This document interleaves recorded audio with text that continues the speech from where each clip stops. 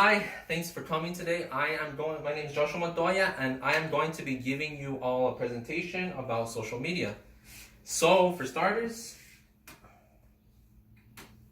according to the Pew Research Center, since 2005 in the US alone, the percentage of the population who regularly use a form of social media has gone up from 5% to 69%.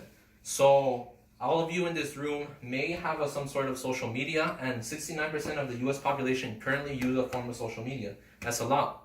So, with that being said, how many of you really do know the positive and the negative effects that social media has on you as the individual? So, today that's what I'm going to be talking to you about, the positive and the negative effects that social media has on you. So here we have a bunch of social media, some of the most famous ones. The most famous one being Facebook, which is what the main one I'm going to be talking to all of you about today.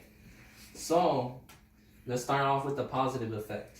The first positive effect is social media allows you to communicate better with one another.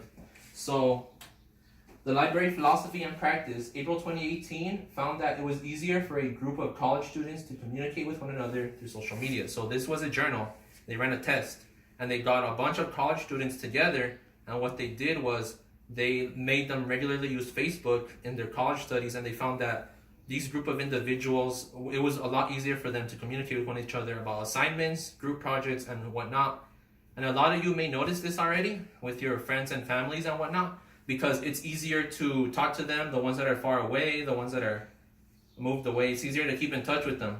And here's a picture of one of the most popular social media messaging platforms, which is Messenger from Facebook. So the next positive effect is social media keeps the individual informed. I myself am a user of Twitter, and I found that a lot of news outlets, and as well as Forbes.com, they mentioned that a lot of news outlets have transcended to going to social media, because social media is a lot easier for them to post their articles and whatnot. And I myself follow a bunch of news sources like KFOX and all those stuff that are local, and that's how I get my news. And I'm informed on a day-to-day basis on when certain things happen. So here's an example of some credible news sources transcending to Twitter. We have NBC and CNN, and again, it makes it very easier just for someone to go on for someone to be informed. All right. So now we get into the negative effects of social media, and there are a bit more negative than positive. I will be honest. The first negative effect is that social media negatively affects your mood. So let me talk about that. So a reporter, Jasmine Fardawi, she wrote in an issue of Body Image that women who use Facebook reported higher rates of body dissatisfaction than others did not. So this was another study where they took a bunch of young women, teens, 20s, and 30s, and they had them look at Facebook, and they reported how they felt afterwards.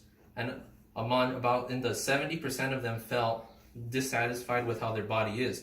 And this is noticeable maybe among you all as well, as Facebook promotes and shows a lot of images of people looking good and being well, and your friends and family may post pictures of themselves looking good and well, and that makes you think, why can I look like that? Why don't I have such a good time as these other individuals are having? So it negatively affects you and your self-image like that, as well as, again, the Pew Research Center reported that 68% of individuals that say they use social media use Facebook. So in the beginning I said 69% of the population use Facebook. 68% of that 69% use Facebook. So again, Facebook is the most relevant platform right now, which is why I am going to be relating most and the rest of this to Facebook. So with that being said, let me also talk to you about data misusage and addiction, the next negative effect of Facebook. Okay, so in 2015, a Cambridge Analytica scientist exposed the company for stealing users' information, targeting presidential candidate ads towards them. So this was very recent. 2015, Cambridge Analytica is a software company that's in London. And what they did was, on Facebook, it's in Facebook's user agreement that they can take your information.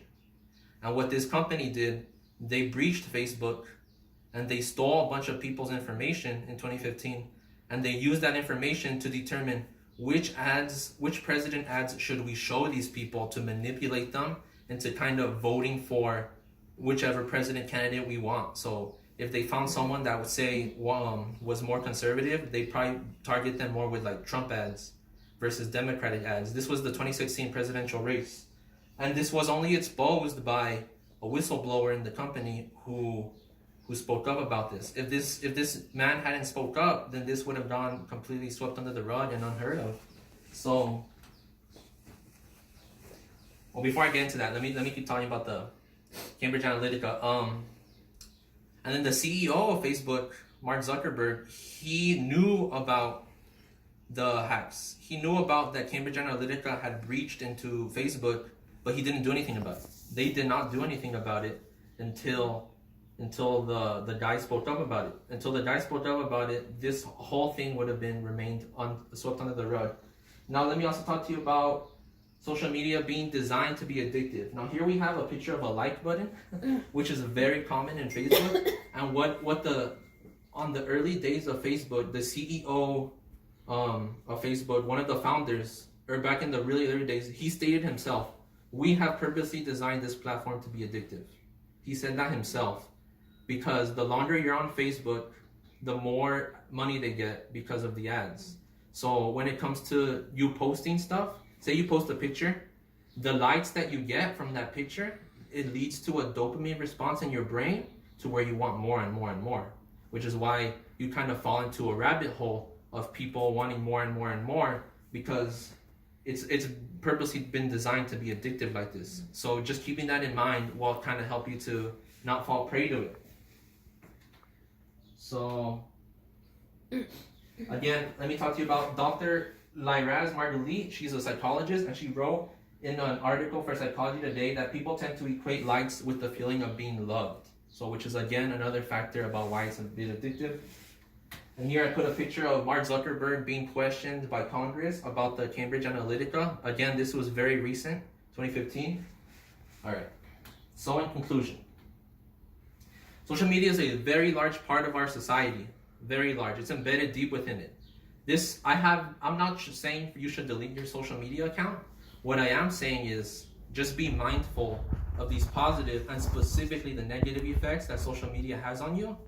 And in the end, you won't fall victim to these effects, and they won't have effect over you. So just keeping that in mind will make you a better person on the social media platform. Thank you for listening, and I hope you take away a positive look on the negative effects that social media has on you.